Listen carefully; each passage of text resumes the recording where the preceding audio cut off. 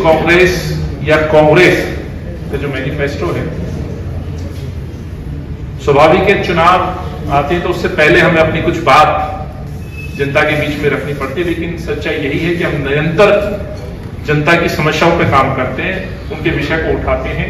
चुनाव 5 साल में आता है, लोकल बॉडी का चुनाव हो या असेंबली का हो या जनरल इलेक्शन का हो, तो स्वाभाविक है जब हम अपना मैनिफेस्टो या घोषणा पत्र तैयार करते हैं तो उसे बहुत ही पवित्र ग्रंथ की तरह सामने रख करके हम लोगों के बीच में जाते हैं। उसी कड़ी में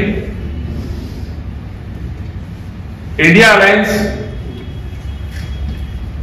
अपने वादे, अपने घोषणाएं देश की जनता के सामने रखेंगे, लेकिन कांग्रेस पार्टी की तरफ से हर प्रदेश में एक कमेटी बनाई गई है जिसका गठन किया गया और उसी के तहत दिल्ली के अंदर भी ये जिम्मेवारी मुझे आदरणीय हमारे राष्ट्रीय अध्यक्ष मल्लिकार्जुन खड़गे साहब, आदरणीय राहुल जी, के सी वेणुगोपाल साहब और दोनों नेता मेरे जो मंच पर बैठे हैं, उन्हें इस विश्वास के साथ कि दिल्ली की जो दिक्कतें हैं, परेशानियां हैं और दिल्ली की परेशानियों में जो केंद्र का रोल है,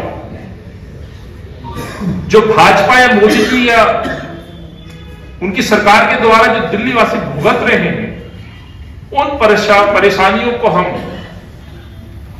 अपने मैनिफेस्टो में सम्मिलित करें और जनता को विश्वास दिलाएं कि इंडिया अलायंस जीतने के बाद दिल्ली के जो अधिकार हैं, जो परेशानियां हैं, उनको हम दूर करने का काम करेंगे। लगभग दिल्ली से संबंधित जो विषय है, जिसको हमने अपने तमाम साथियों के साथ बैठक में अभी भी हमने चर्चा की है नीचे, उससे पहले 2-3 बैठकें वरिष्ठ नेताओं के साथ चर्चा की, जिसमें संदीप दीक्षित जी, हरिशंकर गुप्ता जी जैसे और हमारे दूसरे साथीगण, सुभाष चोपड़ा जी, अलग अलग साथियों से हम कार्यकर्ताओं से भी सुझाव मांग रहे हैं, अपने नेताओं से भी, और उनसे चर्चा करने के बाद लगभग 30 बड़े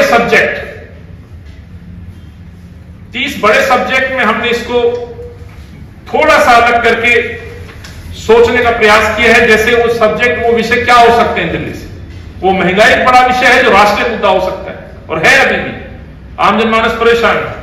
उसी तरह अनएम्प्लॉयमेंट है, महिलाओं से संबंधित रेप की घटनाएं, दोषी कौन, केंद्र सरकार, गृह मंत्रालय, क्या होना चाहिए। एक निर्भया पे जब सरकार बदली जा सकती है तो आज निर्भया के बाद दिल्ली के महिलाओं को कितनी सुरक्षा मिल पाई। आज भी खबर है कि मासूम बच्चियों को बेचने का काम, 15 दिन की बच्चियों को बेचने के लिए दलाल घूम रहे हैं। आज हमारी बच्ची कितनी सुरक्षित है, तो उनसे संबंधित उस विषय पे हम सुझाव लेंगे और उसको सम्मिलित करेंगे। ऐसा ही आज देश के अंदर जो हालात है, वो दिल्ली भी कोई उससे छूटा नहीं है। शेड्यूल कास्ट, ओबीसी, ये ऐसा वर्ग है जिनको संविधान में अधिकार दिए गए बाबा साहब के द्वारा उस निर्मित संविधान के अंदर, आज उन अधिकारों में कटौती की जा रही है, संविधान को खत्म किया जा रहा है, लोकतंत्र खतरे में। तो ये एक विषय रहेगा। हेल्थ से संबंधित दिल्ली के इलेक्ट्रिसिटी और वाटर का जो अधिकार है, केंद्र का यदि कोई भूमिका है तो उस पर हम सुझाव मांगेंगे।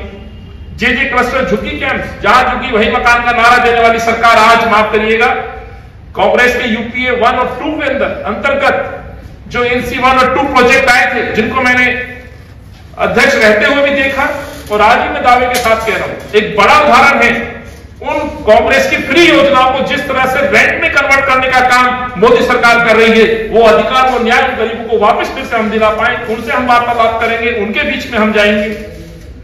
अर्बन डेवलपमेंट, स्वाभाविक है हिंदुस्तान की राजधानी है दिल्ली, तो यूडी से संबंधित लवली जी, भाई हारून साहब और कई मंत्री हैं जो यूडी मिनिस्टर रहे हैं, किस तरह के सहयोग के साथ दिल्ली को आगे बढ़ाया। और आज जो हालात हो रही है, जो कंडीशन है डीडीए की, माफ करिएगा, लोग फ्लैट खरीदने नहीं जा रहे हैं, बार बार बोली लग रही है। जमीन से संबंधित, गांव से संबंधित विषय, ये तमाम विषय इसमें आएंगे। एक्स सर्विसमैन हो, अग्निवीर हो, युवा क्या सोच रहा है, क्या उसको वाकई फायदा हुआ, नुकसान हुआ, इन अग्निवीरों के बीच में भी हम जाएंगे। ट्रेडर्स, इंडस्ट्रीज, दम घुट रहा है, दम निकल रहा है उनके बीच में। माइनॉरिटीज, एक सबसे बड़ी बात, अर्बन लेवल, अर्बन यूथ बेरोजगार, उनके लिए क्या पॉलिसी है, वो क्या चाहता है, वो सरकार को क्या सुनाना चाहता है। मन की बात तो प्रधानमंत्री जी सुना देते हैं, इनकी जन की बात कौन सुनेगा, वो सुनने का काम कांग्रेस का कार्यकर्ता करेगा। इसी तरह आरडब्ल्यू भागीदारी पे हम चर्चा करेंगे, उसको खत्म किया गया, उसको वापस पुनर्जीवित किया जाए। इन्वायरमेंट पॉल्यूशन बड़ा एक विषय है, केंद्र की क्या भूमिका है, क्यों नहीं निभाई जा रही है, उसके बारे में बात करेंगे। किसान दहलीज पे बैठा है, बेशक दिल्ली के अंदर इतनी तादाद में किसान ना हो, लेकिन दिल्ली का इतिहास है, ये किसानों की जमीन थी, आज भी किसानी है। बाहरी दिल्ली और कई जगह पे लगभग 50,000 हेक्टेयर के आसपास आज भी खेती होती है, यमुना बेल्ट में खेती होती है।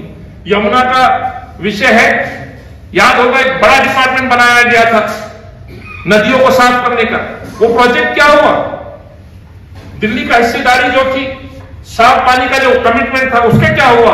उस पे हम उन लोगों से जो यमुना बचाओ कार्यक्रम कर रहे हैं या पानी के लिए संघर्ष कर रहे हैं, स्वच्छ पानी का अधिकार मांग रहे हैं, उन लोगों से हम बातचीत करेंगे। दिल्ली का कल्चर, साथियों आज ये मिनी हिंदुस्तान कहा जाता है, ये दिल्ली आगे कैसे बढ़े? पूरे राष्ट्र के लोगों के यहाँ आज ख्वाब दिल्ली में पलते हैं। उसमें बहुत काम शीला जी के समय में हुआ, कई संस्थाएं बनी, बहुत सारा प्रोत्साहन मिला, लेकिन केंद्र के द्वारा क्या और कदम उठाए जाने चाहिए, हम उन कम्युनिटी से भी हम बात करेंगे। हम बात करेंगे स्पोर्ट्स से रिलेटेड विषय पर, सिटीजन चार्टर पर हम बात करेंगे, सिविल सोसाइटी से, साउथ इंडियन एक बड़ी कम्युनिटी है, वो क्या चाहते हैं दिल्ली में, अपना क्या भूमिका, क्या हिस्सेदारी चाहते हैं, ओबीसी क्या हिस्सेदारी चाहता है, वो क्या उम्मीद रखता है। बड़ा विषय है जनगणना, ओबीसी जितनी तादाद उतने हिस्से की बात हो रही है, राहुल जी बार बार बोल रहे हैं, न्याय की बात कर रहे हैं, तो वो लोगों के बीच में हम जाने का काम करेंगे। और एक सबसे बड़ा जो प्रोफेशनल्स हैं, जो प्रताड़ित है, जो कोई सुन नहीं रहा है, वो क्या केंद्र सरकार से उम्मीद रखता है। जीएसटी जैसे विषय हैं, बड़ी जटिलताएं, उनको कैसे सरल किया जाए, वो इंडिया गठबंधन से क्या उम्मीद रखते हैं, क्या कमिटमेंट चाहते हैं, क्या समाधान के साथ वो सुझाव देंगे, इन पे हम बातचीत करेंगे। साथियों लगभग ये 30 बड़े सब्जेक्ट हैं, लेकिन सब्जेक्ट के अंदर में भी लगभग 20, ये पहली मर्तबा होगा दिल्ली के अंदर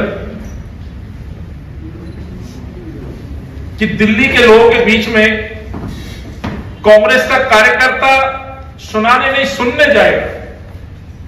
और ये प्रेरणा आती है हमें, हमारे जो प्रिय नेता जुझारू, निडर, निर्भक, जो आज देश को जोड़ने का काम कर रहे हैं और एक भारत जोड़ो यात्रा के एक दूसरे चरण में एक नाम लेके निकले हैं, उस यात्रा का न्याय यात्रा। तो ये न्याय जो शब्द है, ये हमें ऊर्जा देता है, प्रेरणा देता है इस बात की कि हमें न्याय दिलाना है। और राहुल जी के उस उद्देश्यों को लेकर के हम दिल्ली की जनता के बीच में जा रहे हैं, और यही काम राहुल जी निरंतर कर रहे हैं। चाहे वो कन्याकुमारी से कश्मीर का सफर रहा हो, या आप नॉर्थ ईस्ट से लेकर के मुंबई तक का सफर हो, उद्देश्य एक ही है। हिंदुस्तान के युवक, हिंदुस्तान की महिलाएं, हिंदुस्तान के बेरोजगार युवा, हिंदुस्तान का किसान, औद्योगिक इकाइयां, हिंदुस्तान की जल, जमीन, जंगल से संबंधित विषय, उनके दर्द दुख को समझना और इस सरकार को जगाना, और इस सरकार को इस तानाशाही रवैया के खिलाफ आंदोलन खड़ा करना। मुझे लगता है राहुल जी के इस मिशन से हमें ऊर्जा मिलती है।